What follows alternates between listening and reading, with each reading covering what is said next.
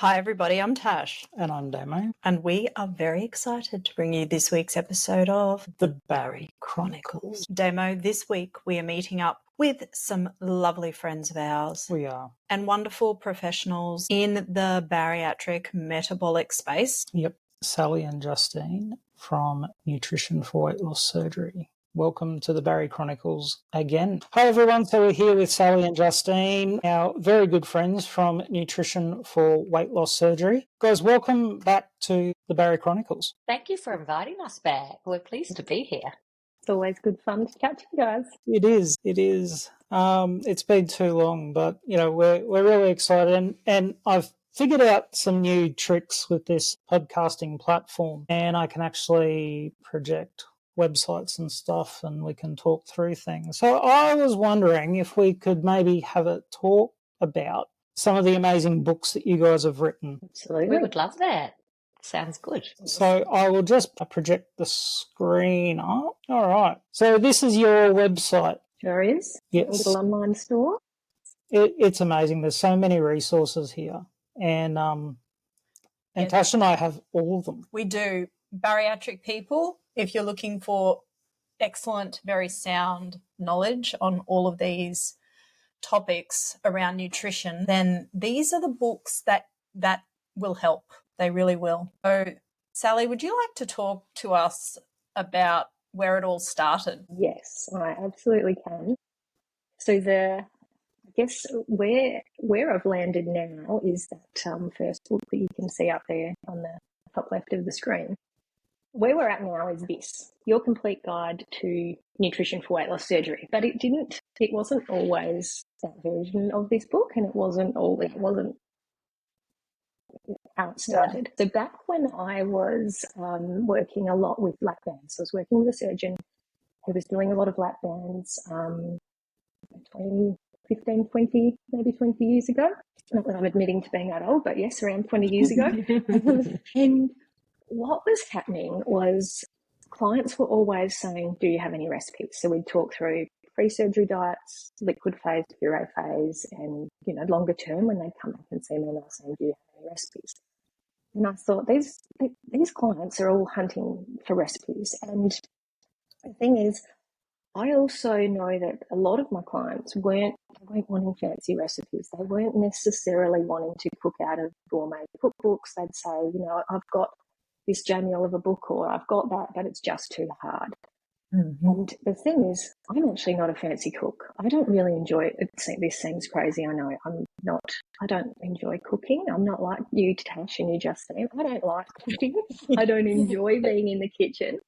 But I do know how to, I guess with my nutrition background, put together something that tastes pretty good, is easy to make, doesn't have a lot of fancy ingredients, and doesn't require a lot of time. So I thought, okay, I think I can do this. I think that I can take what the clients are asking for, combine it with just simple recipes that I pull together in my kitchen, and put it into a book.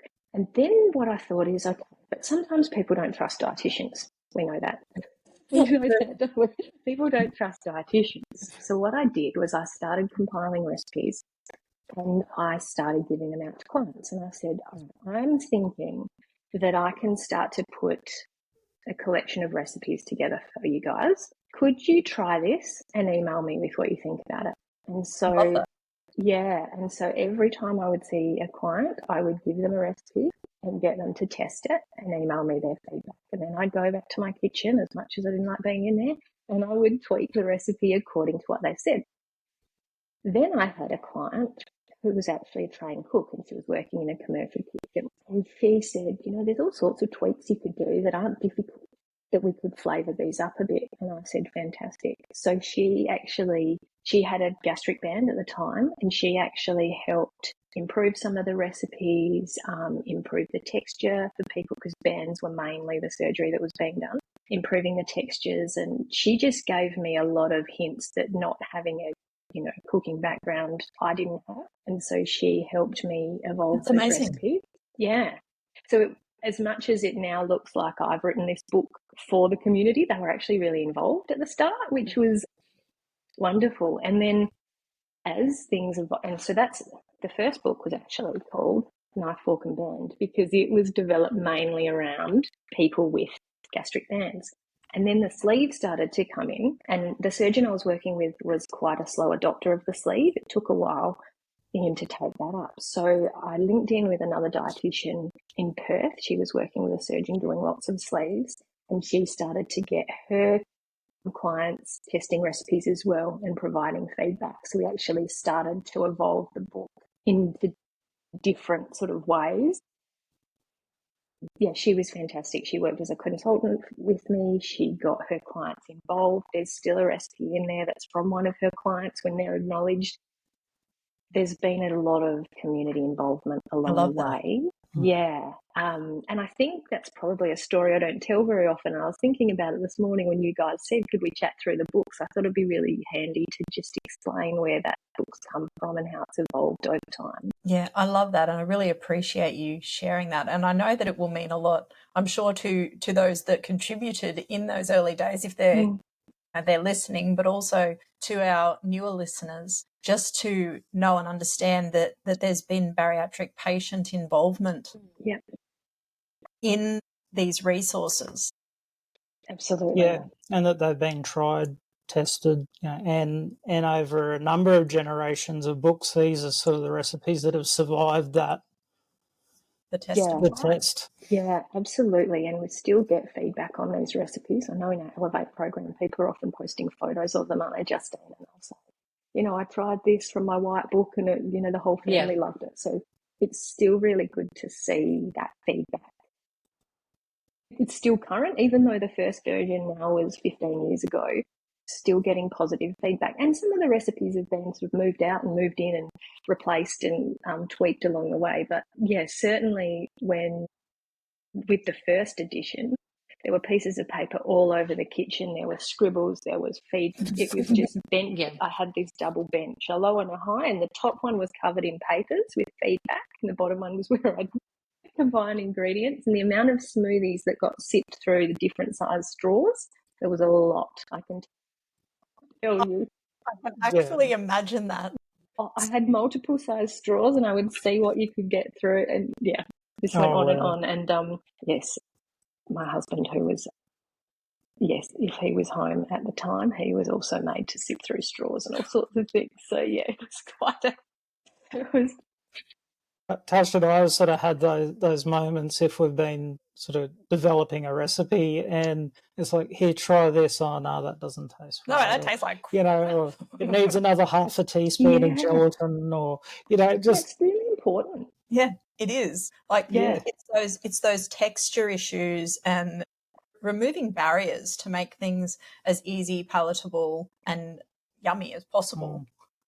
Yeah, and I think, and also making it appeal to a broad range of people. I know I had obviously had the clients trying recipes. I would also have my mum, because she's a different generation, so I would get her trying things. And interestingly, when I was getting out some of the books out of the cupboard today, I just noticed, so this one's, we'll talk about this in a moment. This was Justine's concept, our single serves book. But my 12-year-old daughter has actually marked the different recipes. I said, pick some recipes for when I do next week's shop. And she's 12 and she now, chooses recipes and puts Post-it notes in our books. So I think it highlights one of the really good. The beautiful things about the recipes Sally and I developed. They are very bariatric friendly and focused. That's the essence of why we write them. However, they're not just for people that have had bariatric surgery. So we can feed the recipes to our own families. And then we know, people cooking our recipes, they're super family friendly as well. Yeah, they really are. I mean, my kids do a very similar thing, and they've earmarked certain pages in all of the books, particularly in the single serves book, and of course in your complete guide. But there are recipes that we make on repeat that are on our, because we do a fortnightly meal plan, so there's recipes that they will ask for on repeat out of the books because they just love them. Yeah. So it's great because it works for me and it works for them. Because we don't want a situation where you're having to make your food and their food. You know, if we can have that, Yeah. we're making food for ourselves and those we share meals with, gosh, that lowers the cooking burden, doesn't it? So that's what we really want, those meals that are really widely appealing. So that's certainly the experience we've brought to the recipes, having, you know, families of our own, feeding, you know, other people. So making sure they're really widely appealing. And it also helps us, for those of us that, like, we have a big family and we would always cook in bulk just to feed everyone. But suddenly, you know, after weight loss surgery, it was like if I was cooking something, you know, I feel like this, you end up with so much leftover that it's like, what am I going to do with this? Yeah. And, you know, just being able to have a guide there to say, okay, this is what you need for a single serve, or, you know, this is a family size meal and amounts. It just takes that guesswork out of it, especially when we're feeling a bit uncertain around it. That is actually such a key, and it is one of the things that I don't know that I've ever thanked you both for, but the fact that you put in there serves for or whatever into the books. I didn't, and I have said this before, I didn't understand what moderation was. I didn't know how much a serve was. And when you're unsure about that, and when you're learning, like when you've well, basically my food literacy just was not there at the start, and I had to grow and develop that. It's really fantastic to have resources that you know are guiding you in the correct way. And it's been very helpful for me to start to understand, you know, just serving sizes. Yeah, So and I think that was a really important aspect, and we do it in all our books. But I know when I was doing the initial book, that it was people were serving these meals in their families, and they'd say, "Oh, I served it with this," or "I served it with that" for other people. And so throughout the book, I put notes. You know, family or friends may enjoy this with this, or family or friends may enjoy extras. And the way some of our more recent books structured, you can actually add, you know, multiple different sides to them, so that people in, you know, that you're sharing meals with bigger appetites are catered for as well, which is important, because we don't want food waste. So the base recipes, you know, but it explains what that is for the bariatric person, but there's ways of adapting it to feed whoever you're sharing meals with as well, which I think is 100%. important. Yeah. Amazing. So you just mentioned the one about the single serve. This is Justine's baby. I'll let her take over. Single serves was really born from a little bit like you were saying, Damo, you know, making these big portions and having all this food waste and feeling really overwhelmed with volume. And I would talk to my clients a lot about making things in, you know, individual portions that were really easy to freeze, pull out when we needed them. Very focused around kind of the muffin tray or little meatball, little individual portions. And I kept sharing this concept a little bit like Sally was saying. People were asking for it more and more. And I said, Sal, I reckon this could be such a useful resource to put together. So again, just over time, we developed recipes, and they have been so popular, particularly for lunches for people. So there's several different meatball recipes, and people will have them, you know, often in their freezer ready to go. Pull those out for a quick lunch and maybe put some mini salad veg with them. So where we've got really low prep required, maybe some cherry tomatoes or little mini cucumbers, maybe adding a little bit of moisture like some hummus or tzatziki with the meatballs. And we've got like a little meal prep lunch that take no time. So even when my boys were much younger, they could make those meatballs pretty quickly. They can go on an air fryer, they can go in the oven, and we've got that. We're bulk cooking ahead, so we're ready, but we're not having to, you know, divide it up or eat the same thing over and over. We've got variety there. Probably our family's top recipe in there is the lasagna muffins, and literally I'll make 24 of those at a time and just always have them in the freezer. and the boys can just pull those out whenever they need, zap them in the microwave or air fryer, and they've got like a little balanced lunch that they can have anytime. And I know they're on high rotation in your house too, They're aren't they, hugely popular here as well. And you, Tash, yeah. The funny thing is, I don't know how this happens, but my children nickname a lot of foods. So my daughter calls them pasta pies, and they're not actually, they don't even have any pasta in them. So we call them pasta pies because obviously that wonton wrapper appears like a lasagna, doesn't it? So yeah, it's the wonton wrapper, anything with wonton wrappers. I mean, obviously for me with celiac, I can't eat those ones, but they are massively popular here. Now, I've been working on trying to get rice paper to work for some of them, and not too bad. I mean, I'm still working on it, but they are absolutely fantastic. And like you said, they go into the freezer. We did the same. We make them in a batch of 24. And they get pulled out for lunches. Sometimes they get pulled out in the afternoon. I have one child that doesn't take a lot of food to school, but is really hungry when they get home. So they tend to pull them out of the freezer then and just pop them quickly into the microwave or sometimes into the oven, depending on how many they want. And they're just great. They really are. Easy, and it's that, that free flow in the freezer. Sorry, Sally. Yeah, sorry. Even with things like meatballs, it is just so practical then for, whoever you're eating with, because it might be that the bariatric person only has a couple, might only have 2 or 3 of them. Whereas, if you're feeding someone who hasn't had surgery and is quite out, they can have 4 or 5 of them if they want to.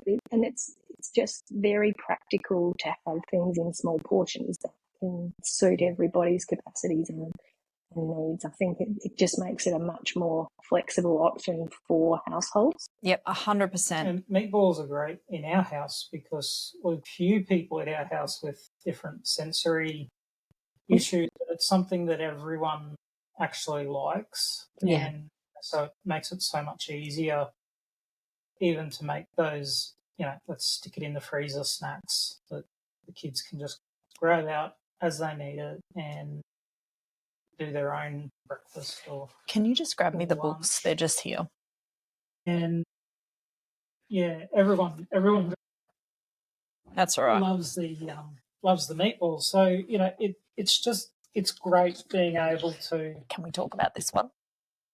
One meal, many ways. Can we talk about this one? This is actually that Tash and I had talked about so much because we prepare something, or we would do a leg of lamb, and then everyone would just sort of be sitting there staring at it, going, "Okay, well, what do we do with the rest of it?" The kids didn't particularly want that on their sandwiches, but we also didn't want to throw out half a joint of meat because it's expensive. It's expensive. All sorts of issues around that kind of thing, and wasting food like that. So I loved it when I actually saw this one meal many ways, because it's how we grew up. Hey, Mum had always used leftovers. Yeah, and make things work. So can you talk us through this one as well? I mean, I think out of all of I use all of them very regularly, but I think that this one probably for me, like with my family, this one has been just one that I go to quite a lot when I've made too much, because that still happens to me. I think, one meal, many ways was born from exactly the pain points you guys are talking about after bariatric surgery. This abundance of food, taste fatigue, not wanting to eat the same thing on repeat, but also not 100%. wanting to waste food. So I would talk to people about, okay, well, if we've made, really simple example, if we've made a bolognese sauce, we don't just have to eat spaghetti bolognese. We could use that sauce and we could have that with some zucchini noodles. We could stuff some zucchinis and make like zucchini boats. We could have that on a piece of grainy toast. So there were so many options we could do with these meal bases. So one meal, many ways we developed several meal bases, and then we give variations on how you can use those. So you can create one base and have 4 or 5 different meals that feel really different, taste really different, can be different, season appealing. So we're just really trying to lean into where the challenges were and solve those for people with that kind of abundance of food. Absolutely done it. It's so helpful. I made a leg of lamb not too long ago. I did it in the slow cooker, and I pulled this out, and I just looked through the different ideas. So I'd shredded it all, and I think it was about 3 days later, one of the boys said to me, it was my oldest, he said to me, "Mum, this is that same lamb from the other day, isn't it?" I said, "Yes." He said, That's some witchcraft you've performed there. I love it. Very, very clever. Yeah. I like it. He said, "I'll remember that for when I move out." Yes. I thought, very cool. That was something that I loved doing when Kim had her surgery. I got into barbecues and smoking meats and all that sort of stuff. And that was fantastic for sort of that needing the softer food, but being able to do, a slow cooked beef rib or something like that. And obviously when it was just, well, me, Kim, and our daughter, it was hard to keep those portion sizes down because you just couldn't buy meat in such a small amount. Yeah, so of then course. we would use that the next day and maybe make a pie out of it, grab the pie maker out and we'd use those sandwich tins. Yes. Just use half a sandwich tin for the pie shell and things like that, so that we weren't feeling like we were just wasting money, but it was also giving Kim something that she could easily digest instead of trying to mung on a big steak or something. So this also points out just another great fact is that you could be at completely different periods on the even in the bariatric journey and still find that you could use these recipes and make it work for you. So like at the end of this year, my hubby will be having his surgery, and I know that I'll be able to use meal bases from here for everybody, for me and him, and also for our boys, and I'll be able to make it work for everybody. Yeah. I think one of the key points when you think about batch cooking or bulk cooking and meal prepping, people often tend to think of bulk cooking things like casseroles and that they're sloppy and stews and those sorts of things. That's the immediate sort of, I guess, thought that you go to, that if you're cooking in bulk, it needs to be in those big freezable type dishes. But the way that we've put together the recipe suggestions in one meal many ways, it's really making sure that you're not just having to eat frozen slop. It's agreed. I love it. There's a lot of fresh ingredients added in the serving suggestions, so it might be adding a bit of, like there's one for sliders, so you're adding the bottom of the little slider bun and then some fresh slaw on there to add that freshness and that variety, rather than just having something that feels like a reheated meal, or it might be in a taco bowl, or it might be in a little pie with there's just different ways of serving these things so that they're not all, they don't all feel like reheated food, I guess, because some people have that aversion to, I don't like that reheated food scenario, but this is just a very different way. I dropped out, I'm sorry, so I missed everything you said, Sal, but that reheated, I heard the start of that in the casserole. We've even got things in one meal many ways, like air fried spring rolls. So, that's right. Yeah.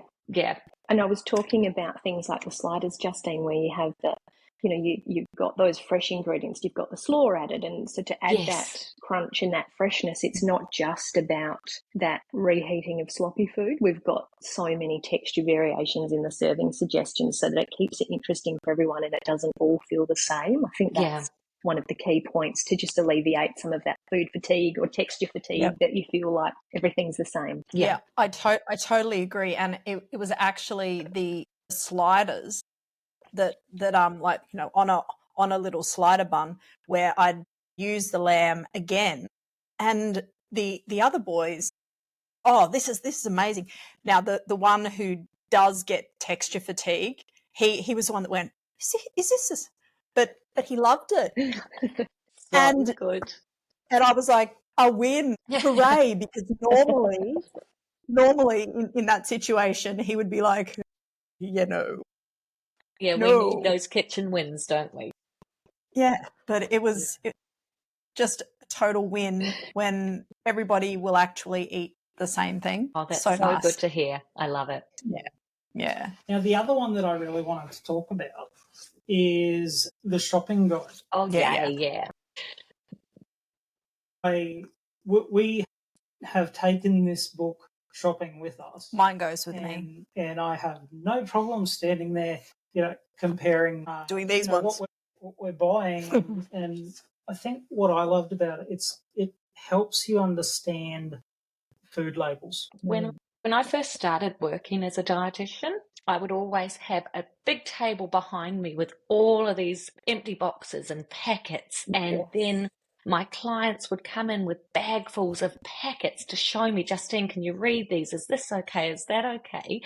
And we used to give quite generic label reading guides where, you know, it was okay. It gave kind of a broad overview, but it's really hard to compare a label of a loaf of bread to a label of yogurt.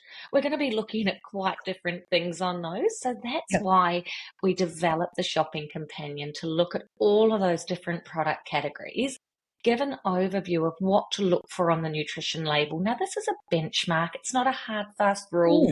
You don't have to have every product hitting those guidelines, but it gives you a little bit of an indication of, hey, this would be a product that's really going to fit my needs quite nicely. And then we went the next step, because not everybody has the time or energy to stand looking at products and reading the label. So then we've given our top picks, so products that actually fit that predetermined kind of criteria that we set out. And I know that works really well for you, Sally, being an online shopper. You know, you can just look at top picks and put them straight in the trolley, because, you know, standing at the supermarket, we don't all have hours either to be taking the book and using it. So we can just make our list from those top picks if we wanted to. Yep. Once you're 100%. familiar with them, you've got your go-tos. Like you say, Damo, if you stand in the supermarket looking, and then next time you go, you've done that category. And that's what I'd encourage people to do with that one. Tackle one category at a time.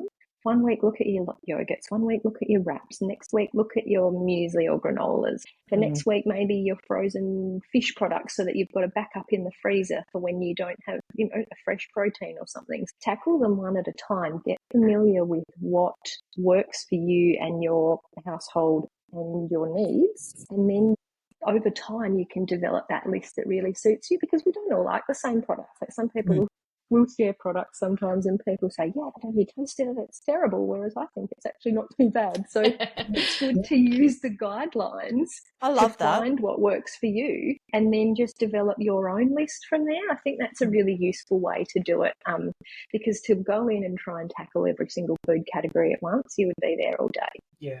I think one of the things that I love about it, I mean, I've sort of known, because, you know, you do so many diets over the years and that, but going through it, you'd sort of see how much extra some companies would be charging for something that might say high protein, but it's not really any higher than one of the generic products sitting next to it. Because early on, I got caught in that trap. I didn't know what to buy, so I'd say to Kim, I'll just grab something that says high protein. And it really helped me understand that, you know, just because something might say it on the front of the package, you actually need to turn that package around and see what it says about it at the back. Absolutely. I actually shared on our Instagram stories last week. I had a box of Vita Wheats versus Crosscuts, and the Crosscuts are very much marketed to they say only this many calories per serve, and they're marketing to that diet culture, really. Like, this is a low-calorie food, choose this and you'll be fine because there's not many calories in here. When you actually turn it over, and if you compare them per 100 grams, so you've got them on a level playing field, the Vita Wheats and the Cruscets actually had similar calories per 100 grams. The Vita Wheats are going to be more slowly digested. They've got more fibre. They're going to keep you satisfied and for longer. But it's that, like you said, Damo, it's that marketing. It's if they put it on the front of the label, you think, then that's going to be good for me. And you have to flip the boxes over. You're exactly right. And check out those labels. And then you have the issue with the Cruscets too, of what toppings you're putting on them, which is adding to all those macros and whatever, whereas at least with the Vita Wheats, it's worked out with the serving of milk. And to me, it's a bit more honest in the labelling because you can see what you're getting.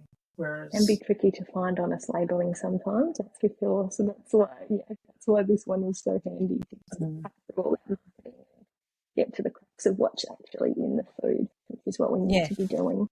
Eating good food Yes. is the important take home, I think, of all of this, is that's really what, well, I know it's what I want. I want a good relationship with food for the rest of my life, setting myself up and setting my family up with good habits and good strategies around food.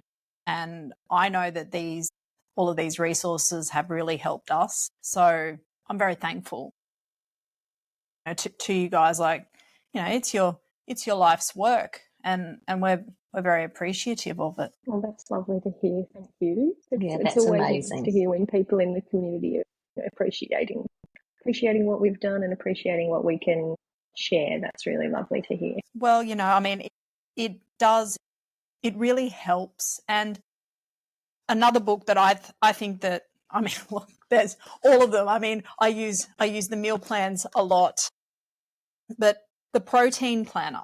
Could we talk about that? Because now we know that not everybody can get all their protein from their food, but that should ultimately be the goal, I think.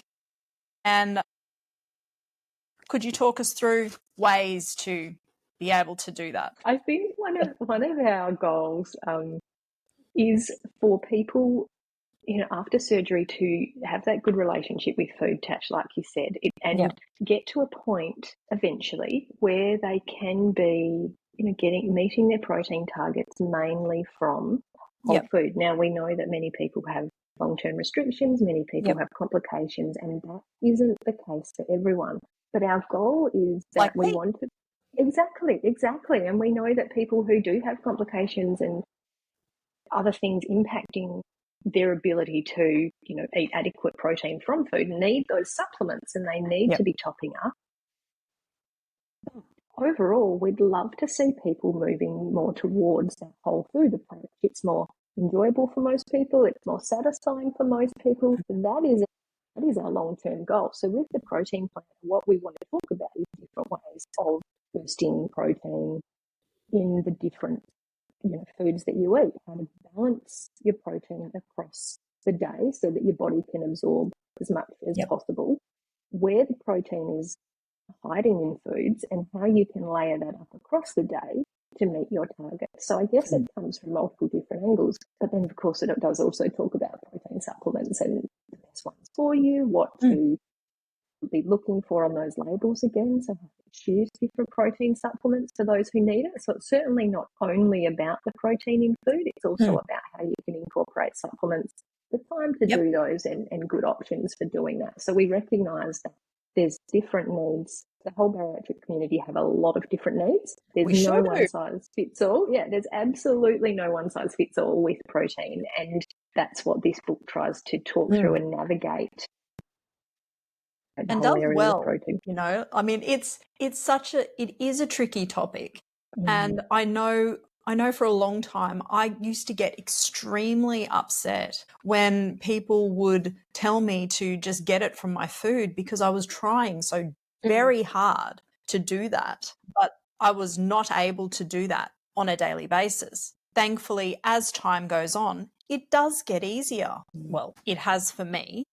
And I, even now, even though I do still regularly have a supplement, I include protein in every meal, not only a supplement, but I actually make an effort, like in the mornings. Even if I do have a smoothie, for example, I make sure that I'm also usually about an hour later, I'll have an egg or I'll do other things like that just to bring in that other protein too.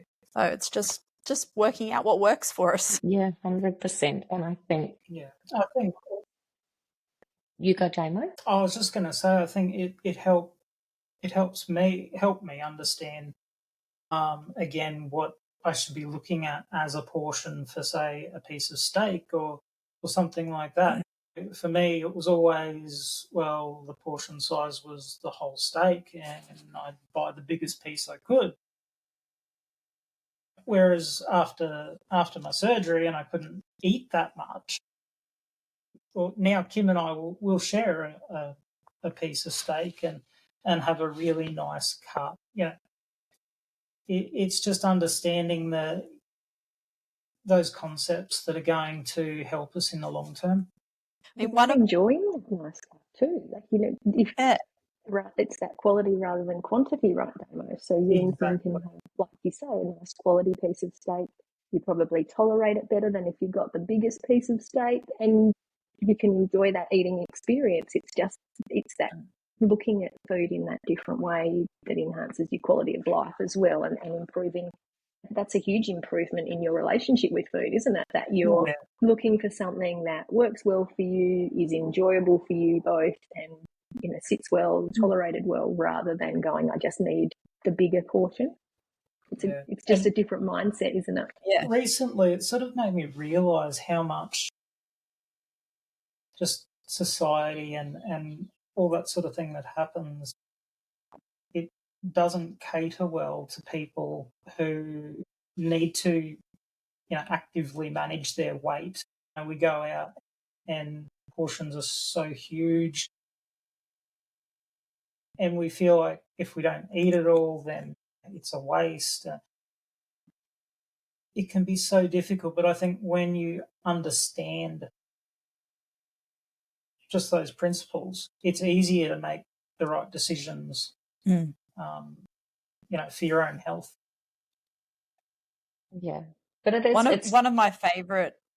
I just wanted to say, like, one of my favorite like combinations, my high protein meal combinations that I make on repeat from the book is an omelette, and I think about it every time I make it. I always think protein, egg. Then because I've read this so many times, it then says protein top up, and I think, haha, protein top up, milk and cheese. So I'm layering my protein. I love it. It's something that I've learned how to do from reading this, because I didn't ever really think of it like that, but it's just become like a sneaky little way to just sneak a little bit more protein in there, and it makes me happy on the days when I can do that, and I'm, I still use my supplement, but I might not have to use as much. I think it's that concept of the top-ups and layering. It's not as overwhelming. We're not going, there's no way I can eat enough steak or chicken or eggs to hit my protein target. But if we layer those different protein sources up, and we have multiple sources in a meal, it's far less overwhelming. It's easier to tolerate. We also get those different tastes and textures. And so, we can get really taste fatigued eating the same proteins all the time too. Yes. It's a really great concept that takes some of that overwhelm away as well, and makes hitting those targets so much more achievable. Yeah, it's so much, it brought back the joy in food, because food became just so overwhelming for me for quite a while after my surgery. I just felt, here we go again. I have to try to get this bit of chicken down my throat. But when I can have that smaller bit of chicken, and I can maybe include some ricotta in with that, and I can, maybe, just as we've talked about, layering those different proteins, it's more like a party in your mouth, far less depressing.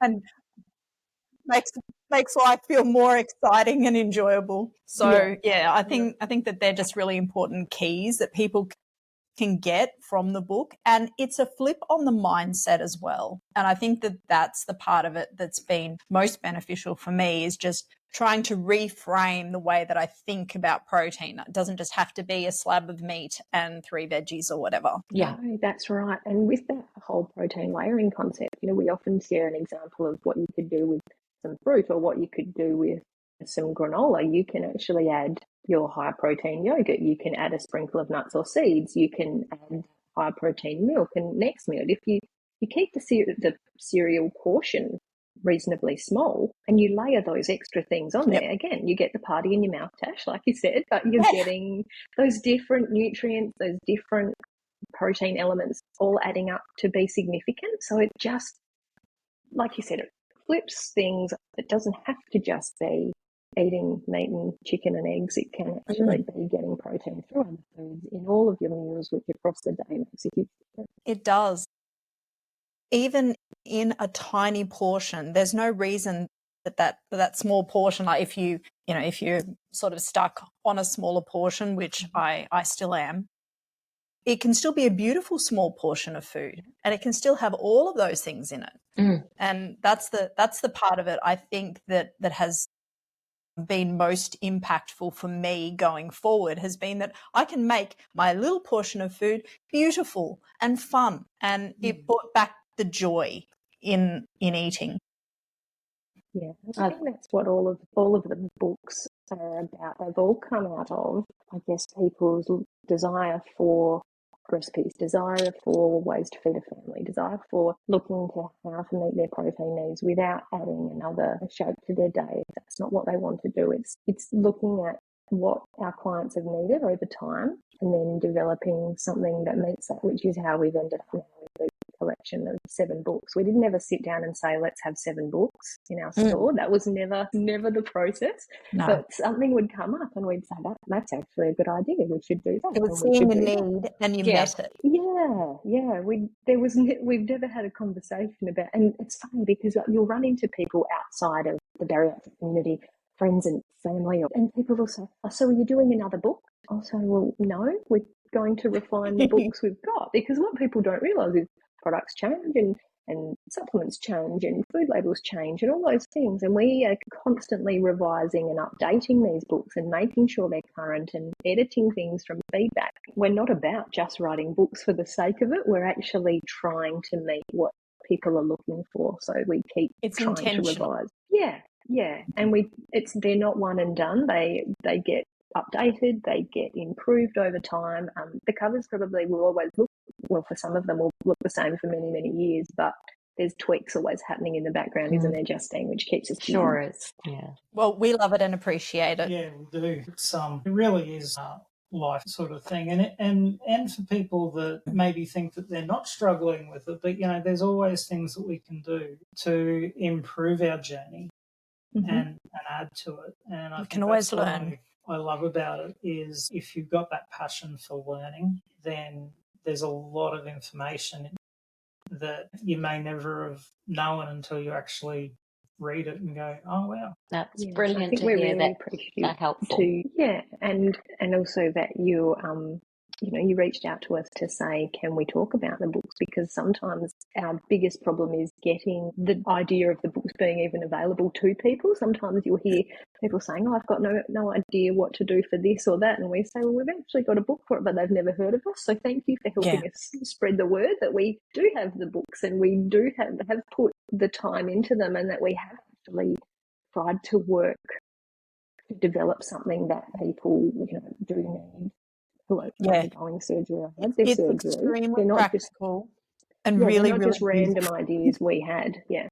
And it's not just some random book that that old mate made. You stuck your own cover on it and went, okay, this is what we're selling. It's actually a resource that I mean, Tash and I have both said that, we think these books should be part of everyone's bariatric journey, because that's how much they helped us. Yeah, that's how much they mean. For people that may not have all that nutritional support that can be hard to get. depending on where you live in this big, beautiful country of ours, we don't all have access to, to great resources, and these are something that we can all access. So we encourage you to access them. We're really thankful there are a lot of surgeons now who will include books as part of their care package for people who stock them in their rooms, who we've sent them out to surgeons to pop on their coffee tables so that people can become aware of them. So we're also really thankful for the clinics that have taken them on board, the surgeons and the dietitians who use them in their practice as well, to help spread the message of a good relationship with food, which is what we're all about. That's awesome. Thank you so much. Thanks for joining us today. This was a great chat to do this, and we shall keep promoting this amazing resource. Thank you so much, guys. Amazing. Thank you.